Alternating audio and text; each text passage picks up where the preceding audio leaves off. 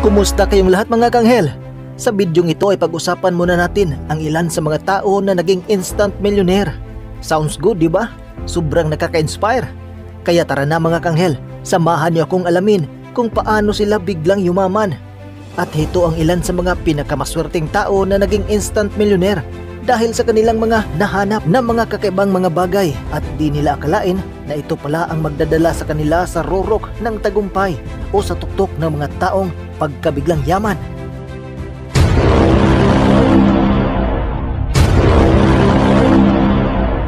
Ang isang mangingisda na nagngangalang Naris ay nakakita ng mga bato habang naglalakad siya sa isang beach sa Thailand. Bigla siyang may nakitang mga kakaibang mga bato, kaya tinawag niya ang kanyang mga pinsan para tulungan siyang dalhin ang mga bato sa kanyang bahay. Pagdating nila sa bahay ay natukoy nila na ang mga bato ay ambergris. Ang ambergris ay suka ng balyena na ginagamit sa mga pabango bilang isa sa pinakamahalagang ingredients ng mga mamahaling perfume.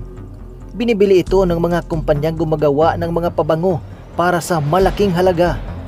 Pwedeng magpalutang-lutang ang mga ambergris sa dagat ng mahigit 100 years o mahigit pa kung hindi ito mapadpad sa dalampasigan. Para makumpirma ng lalaki na ambergris nga ang nakita niya, sinunog niya ito ng lighter at agad itong nagkaroon ng mabangong amoy. Kaya nakumpirma nila na ambergris nga ito. 220 pounds ang timbang ng ambergris. Naibenta ito ng mangingisda para sa halagang tinatayang 110 million pesos. Hindi lang sa Thailand merong ambergris. Matatagpuan din ito sa iba't ibang lugar sa mundo. At kumakailan lang, ang ilang mangingisda sa Yemen ay nakakita din ng balyena na merong 280 pounds na ambergris. 35 mga mangingisda ang nakahanap sa balyena. Bininta nila ang ambergris para sa halagang tinatayang 75 million pesos. Pinaghatian nila ito at bumili sila ng mga bahay, kotse at bangka. Bukod pa doon, nagbigay din sila ng mga donasyon sa kanilang bayan. Sa Thailand naman last year ay meron ding isang mangingisda na nakakita ng ambergris. Habang naglakad-lakad siya sa isang dalampasigan sa Thailand, nakakita siya ng mga bagay na mukhang bato.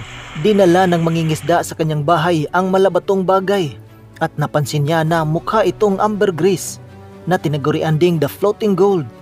Para masigurado niya na ambergris nga ang kanyang mga nakuha, sinunog niya ito gamit ang isang lighter. Natunaw ito kaagad at nagkaroon ng kakaibang amoy. Kaya nakumpirma niya na ambergris nga ang kanyang mga napulot. Nang ipaalam niya ito sa mga tao na meron siyang ambergris, tinawagan siya ng mga businessman na gustong bilhin ang napulot niyang ambergris. Naibenta niya ang ambergris sa halagang tinatayang 125 million pesos. Sa UK naman, may isang lalaking nagngangalang Nick Med ang mahilig bumili at mangulikta ng mga tangkeng pandigma.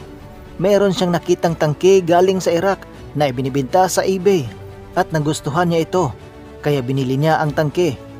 Nang buksan nila ito at ng kanyang mekaniko ang isa sa mga fuel tanks ng tangke, laking gulat nila nang makita nila ang 5 gold bars sa loob nito.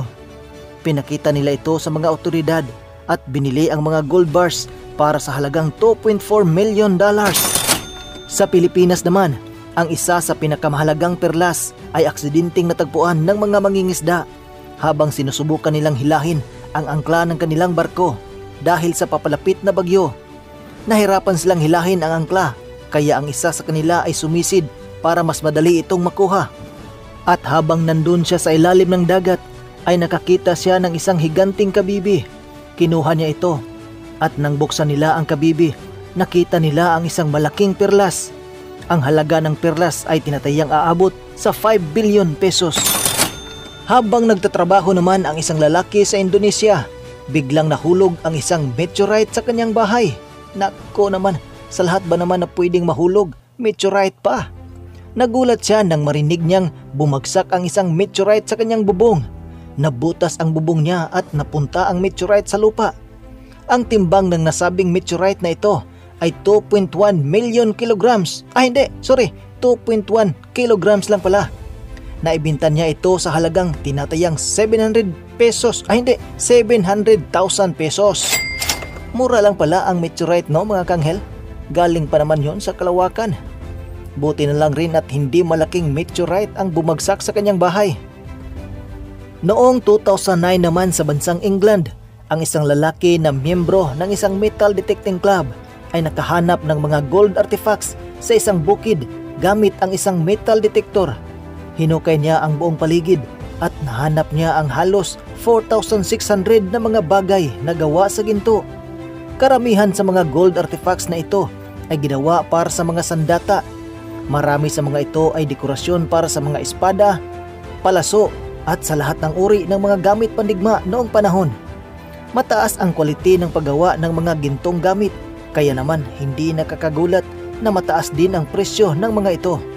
Ang total ng halaga ng mga gold artifacts na nakuha niya ay tinatayang 160 million pesos.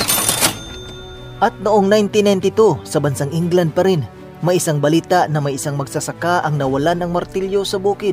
At ang pangalan ng magsasakang ito ay si Peter Watling. Humingi siya ng tulong sa kanyang kaibigan na si Eric Lewis na mayroong metal detector. Habang hinahanap nila ang martilyo sa bukid, aksidente nilang nadiskubre ang maraming mga gamit na gawa sa ginto at pilak. Na-report nila ito sa mga otoridad at agad namang nagpadala ng isang team ng archaeologist na inatasang hukayin ang buong lugar. Isang araw lang ay nahanap agad nila ang lahat ng mga gintong binaon. Binayaran ng mga otoridad ang dalawang nakahanap sa ginto ng halagang tinatayang 100 million pesos. Naging instant millionaire ang dalawang magsasaka na yon sa loob lang ng isang araw na paghahanap. Sa UK naman, habang naglakad-lakad ang mag-asawang Gary at Angela Williams sa isang beach, meron silang naamoy na parang nabubulok na isda. Sinundan nila ang amoy at nakita nila ang isang bato na kakaiba ang hitsura. Ang suspetsa nila ay isa itong ambergris, kaya pinulot nila ito at dinala sa kanilang bahay. Nakumpirma nila na ambergris nga ang bato. Bininta nila ito para sa halagang tinatayang 2 million pesos. At balikan muna natin ang nakaraan noong 18th century. 11 mga barko ng Espanyol ang nawasak at lumubog sa dagat dahil sa isang malakas na hurricane. At ang isang salvage company ay nakapagdesisyon na hanapin ang mga lumubog na barko sa ilalim ng pamumuno ng isang CEO ng kumpanya na si Brent Brisbane. Matagumpay nilang nahanap ang mga barko at sa loob ng barko ay nakita nila ang 350 na gold coins na ang halaga ay tinatayang 200 million pesos. At kayo dyan mga kanghel, meron din ba kayong mga nahanap na mga mamahaling bagay na nagpapayaman sa inyo? At kung meron man, huwag nyo nang ipalam mga kanghel. Tago nyo na lang yan. Balatuhan nyo na lang ako ha. At maraming salamat sa inyong panonood mga kanghel. Comment down below kung ano ang masasabi ninyo sa mga taong naging instant millionaire dito sa ating kwento ngayon. Like, share, and subscribe mga kanghel. God bless us all! Bye-bye!